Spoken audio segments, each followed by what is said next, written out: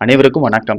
சற்று முன் வெளியான முக்கிய அறிவின்படி வங்கிகளில் நகைக்கடன் வைத்துள்ளவர்கள் அனைவரும் பயன்பெறும் வகையில் நகைக்கடன் தள்ளுபடி குறித்து தற்போது முக்கியமான மகிழ்ச்சியான அறிவிப்பு ஒன்று வெளியாகியுள்ளது. இதுல எந்தெந்த வங்கிகளில் நகைக்கடன் தள்ளுபடி செய்யப்படும் என்பதை பற்றிய நகைக்கடன் தள்ளுபடி செய்வதற்கு என்னென்ன ஆவணங்கள் தேவை என்பதை பற்றி விரிவாக நம்ம வீடியோல பார்க்க போறோம். வீடியோவை கடைசி வரைக்கும் ஸ்கிப் பண்ணாம பாருங்க. வீடியோக்குள்ள போறதுக்கு முன்னாடி இந்த வீடியோ லைக் பண்ண பிரச்சனைக்குங்க. வாங்க வீடியோக்குள்ள போகலாம். வங்கிகளில் அடகு வைக்கப்பட்ட நகைக்கடன்கள் தொடர்பான தள்ளுபடி என்றாலே பொதுமக்களின் கவனத்தை ஈர்க்கக்கூடிய செய்தியாகும். அந்த வகையில் நகைக்கடன் தள்ளுபடி குறித்த மகிழ்ச்சியான அறிவிப்புகள் வெளியாகியுள்ளன. எவ்வளவு நகைக்கடன் தள்ளுபடி செய்யப்படுகிறது, எவ்வாறு விண்ணப்பிக்க வேண்டும் என்பதையும் பொதுமக்கள் அறிந்து கொள்வது கட்டாயமாகும்.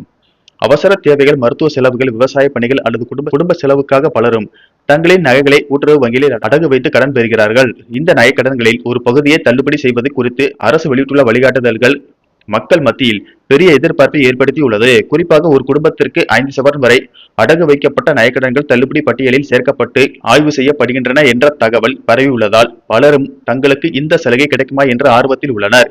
அரசு வழிகாட்டுதலின்படி இந்த திட்டம் முதன்மையாக பொருளாதார ரீதியாக சிரமத்தில் இருக்கும் ஏழை மற்றும் நடுத்தர குடும்பங்களுக்கு உதவ வேண்டும் என்பதை நோக்கமாக கொண்டதாகும். ஒரே குடும்பத்தை சேர்ந்தவர்கள் பல்வேறு கூட்டுறவு சங்கங்களில் நகைக்கடன் பெற்றிருந்தாலும் பொதுவாக ஒரு குடும்பத்திற்கு 5 சவரன் வரை அடகு வைக்கப்பட்ட நகைக்கடன் கடன்களை தள்ளுபடி ஆய்விற்குள் கொண்டு வரப்படுகின்றன. மேலும் கடன் பெற்ற நபர் அந்த கூட்டுறவு வங்கி அல்லது சங்கம் செயல்படும் பகுதிக்குள் வசிப்பவராக இருக்க வேண்டும் என்பதும் முக்கியமான நிபந்தனைகளில் ஒன்றாக கூறப்படுகிறது. குடும்ப அட்டை மற்றும் ஆதார் போன்ற ஆவணங்களின் அடிப்படையில் குடும்ப விவரங்கள் சரிபார்க்கப்பட்டு தகுதி உள்ளவர்களின் பட்டியல் தயாரிக்கப்படுகிறது. எப்படி விண்ணப்பிப்பது? கூட்டுறவுத்துறை அதிகாரிகளே வங்கிகளில் உள்ள கடன் பதிவுகளை ஆய்வு செய்து தகுதியானவர்களை தேர்வு செய்யும் நடைமுறையை பின்பற்றப்படுகிறது. கடன் வாங்கியவரின் ஆதார் எண், குடும்ப அட்டை எண், நிலுவையில் உள்ள கடன் தொகை மற்றும் அடகு வைக்கப்பட்டுள்ள நகையின் அளவு போன்ற விவரங்கள் அதிகாரிகளால் சரிபார்க்கப்படுகின்றன. அதன் அடிப்படையில் தகுதியானவர்களின் பட்டியல் தயார் செய்யப்பட்டு அந்த விவரங்கள் சம்பந்தப்பட்ட கூட்டுறவு வங்கி கிளைகளுக்கு அனுப்பப்படுகின்றன. ஒரு நபரின் பெயர் தள்ளுபடி பட்டியலில் உள்ளதா என்பதை அறிய அவர் கடன் பெற்ற கூட்டுறவு வங்கி கிளைகளுக்கு சென்று அதிகாரிகளிடம் விசாரிக்கலாம்.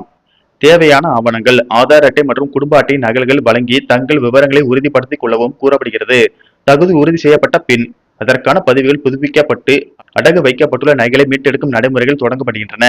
இதனால் நீண்ட நாட்களாக கடனை திருப்பி செலுத்த முடியாமல் சிரமப்பட்ட பல குடும்பங்களுக்கு இந்த திட்டம் ஒரு பெரிய நிம்மதி அளிக்கும் என்று கூறப்படுகிறது. நன்றி, வணக்கம்.